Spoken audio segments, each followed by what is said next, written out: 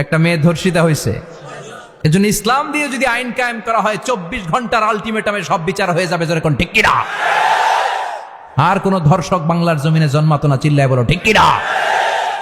ইসলাম বলে চোরের হাত কেটে দাও, জেনা ব্যভিচার করলে ডেথ পেনাল্টি। সৌদি আরবে হেড অফ করে, গলা কেটে ফেলে। বাংলাদেশেও যদি এটা করা যেত, খবর হয়ে যেত। আর কোন ধর্ষক বাংলার জমিনে জন্মাতো না, চিল্লায় বলো ঠিক কিনা? চুরি করলে হাত কাটো, কথাটা কার? السارق والسارقة فاقطعوا أيديهما جزاء بما كسبا نكالا من الله والله عزيز حكيم. If anyone steal something very precious from the society, the government should cut down his right hand. দামি কিছু চুরি করলে এটা সাক্ষীর দ্বারা সাব্যস্ত হলে গভর্নমেন্টের উচিত তার ডান হাতটা এক কোপ মেরে কেটে দেয়া। কার কথা? বানু মাখজুমিয়া গোত্রের এক মেয়ে মদিনাতে চুরিতে ধরা পড়লো। অনেক বড় ফ্যামিলির, ডিগনিফাইড শিল্পপতির মেয়ে। সাহাবারা বলল, এই মেয়ের হাত যদি বিশ্বনবী মদিনায় কেটে দেয়, মদিনাতে তো মারামারি লেগে যাবে। কে বলবে বিশ্বনবীর কাছে যে সুপারিশ করার ক্ষমতা কারো নাই? বিশ্বনবীর পালক পুত্র ওসামা বিন যায়েদ, যায়েদ ইবনে হারেসা, তার ছেলে ওসামা পালক পুত্রের ছেলে, তাকে বিশ্বনবী বড্ড ভালোবাসতো। তার উপাধি হলো হুব্বু রাসূলিল্লাহ, বিশ্বনবীর ভালোবাসা। সবাই বলল, ওসামা আমরা যে বলতে পারবো না, তুই যে নবীরে সুপারিশ কর। ও নবী, যদিও চুরি করেছে মেয়েটা, সাব্যস্ত হয়েছে, কিন্তু আপনি মাফ করে দেন, হাত কেটে দিয়েন না। ওসামা যে বলে, নবী হাত কেটে দিয়েন না। বিশ্বনবীর চেহারাটা আগুনের গোলার মতো লাল হয়ে গেল। বিশ্বনবী বললেন, ওসামা এটা আল্লাহর আইন, সুপারিশ করার সাহস তোর বুকের ভিতরে দিল কে? কে দিয়েছে স্পর্ধা? লাউ আন্না ফাতিমাতা বিনতে মুহাম্মদ সারাকাত লাকাতা মুহাম্মাদুন ইয়াদাহা।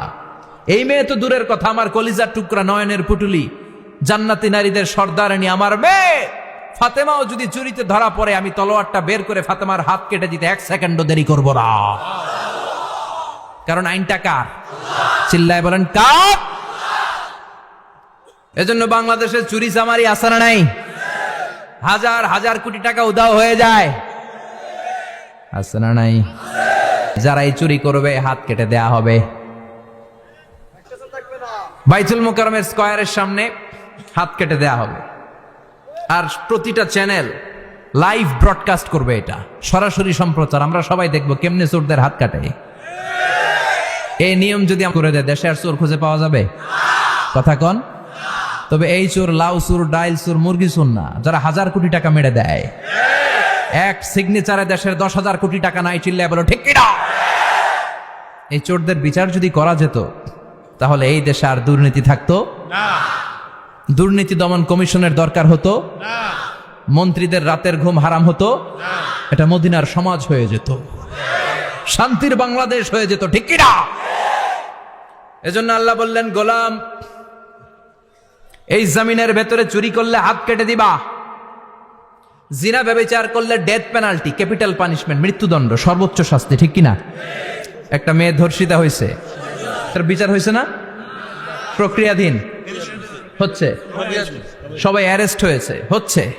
এজন্য ইসলাম দিয়ে যদি আইন কায়েম করা হয়, 24 ঘন্টার আলটিমেটামে সব বিচার হয়ে যাবে, যেরকম ঠিক কিনা? ইসলাম বলে চোরের হাত কেটে দাও, জেনা ব্যভিচার করলে ডেথ পেনাল্টি। সৌদি আরবে হেড অফ করে, গলা কেটে ফেলে। বাংলাদেশেও যদি এটা করা যেত, খবর হয়ে যেত। আর কোন ধর্ষক বাংলার জমিনে জন্মাতো না, চিল্লায় বলো ঠিক কিনা? আল্লাহ বলেন, আমি মানুষকে খলিফা বানিয়েছি আমার এই হুকুম আহকামগুলো বাস্তবায়নের জন্য। সব সৃষ্টিকুলের মধ্য থেকে মানুষকে আমি বানিয়েছি আশরাফুল মাখলুকাত। আবার মানুষকে বানিয়েছি আমি আমার খলিফা। আবার মানুষের চেহারাটা আমি আল্লাহ সব চাইতে সুন্দর করে তৈরি করেছি। সুবহানাল্লাহ। লাকাদ খালাকনাল ইনসানা ফি আহসানি তাকওয়িম। আমি মানুষের চেহারাটা সব চাইতে চমৎকার অবয়ব দিয়ে তৈরি করেছি রে গোলাম। সুবহানাল্লাহ।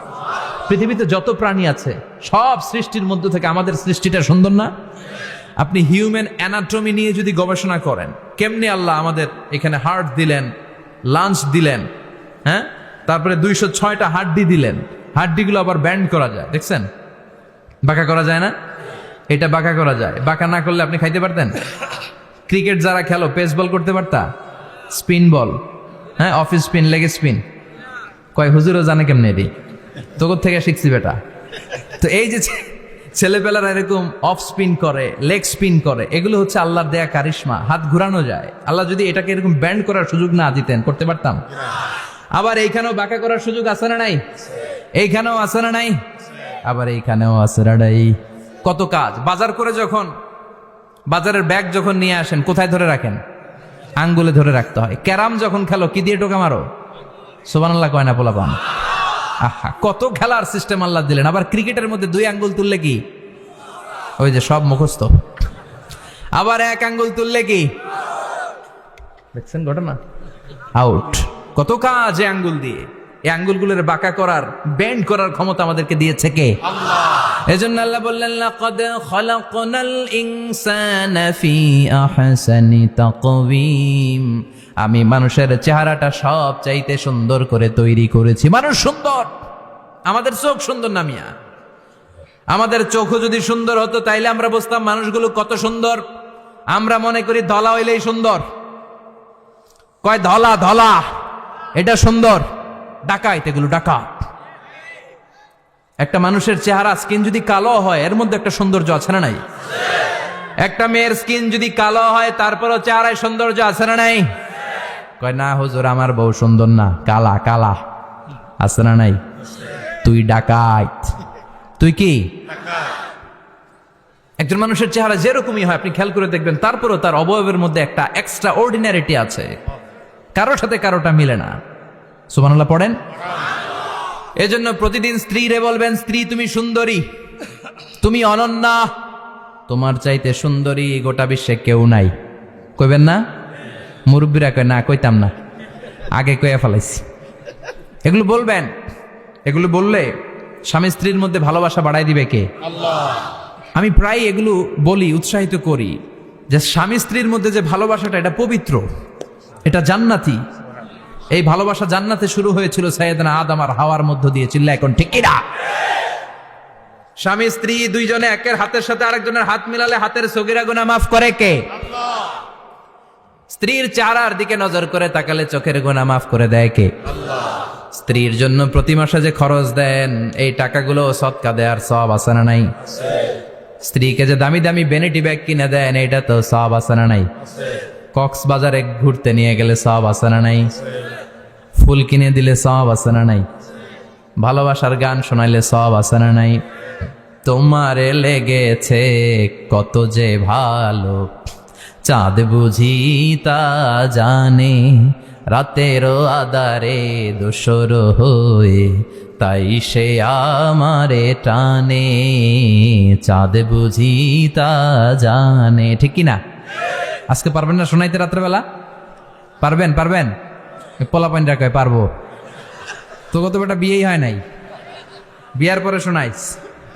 তো এই ভালোবাসার গানগুলো শোনালে নিজেদের মধ্যে একটা ইন্টিমেসি তৈরি হয়। বিশ্বনবীও এরকম স্ত্রীর সাথে খুনসুটি করতেন, ভালোবাসা করতেন। এটা হালাল, কিন্তু এটা জায়গা মতো না করে ভাবির লগে করলে মায়ের আছে না নাই? ভালোবাসার গান জায়গা মতো শোনাতে হবে। স্ত্রীকে ভালোবাসার গান না শুনিয়ে যদি চাচাতো বোনরে শোনাও, শালিরে শোনাও, পাড়ার মেয়েদের সাথে যদি টাঙ্কি মারো, ফিল্ডিং মারো, মায়ের আছে না নাই? তার মানে জায়গা মতো করলে সব সওয়াব। সুবহানাল্লাহ পড়েন। আর বিয়েটারে সহজ করে দিবেন। আমি তো সব জায়গায় বলি বিয়েটাকে সহজ করে দেন। আমরা বিয়েটারে কঠিন করে ফেলছি। একটা ছেলে এই দেশে 16 থেকে 18 বছর বয়সে ম্যাচিউরড হয়, কিন্তু ওরে বিয়ের পিড়িতে বসায় 32 বছর বয়স। তো বাকি 32 বছর কি আঙ্গুল চুষবে? কথা কন, কি করবে? ও যে পাপ কাজ করে, ও যে পর্নোগ্রাফি দেখে, ও যে মাস্টারবেশন করে, এগুলোর পার্সেন্টেজ গুণা মা বাবার আমল নামায় আছে না নাই? মা বাবার এত সহজে পার পেয়ে যাবেন না। ছেলে মেয়েগুলারে সময় হলে বিয়ে দিয়ে দেন। বিয়ের চেয়ে ভালো কাজ পৃথিবীতে আছে? যেই সমাজে বিয়ের খরচ বেড়ে যায়, ওই সমাজে জেনার খরচ কমে যায়। বিয়ে করতে লাগে 10 লাখ, জেনা করতে লাগে 500 টাকা। কথা কন। এজন্য জিনাকে সহজ করবেন না বিয়েকে সহজ করবেন? বিয়ের কথা কইলেই পোলারা কয় তুই নিজের পায়ে দাঁড়া। তো এতদিন ও কার পায়ে দাঁড়াইছে? সহজ করবেন তো? আল্লাহ তুমি বুঝার তৌফিক দাও। আমিন।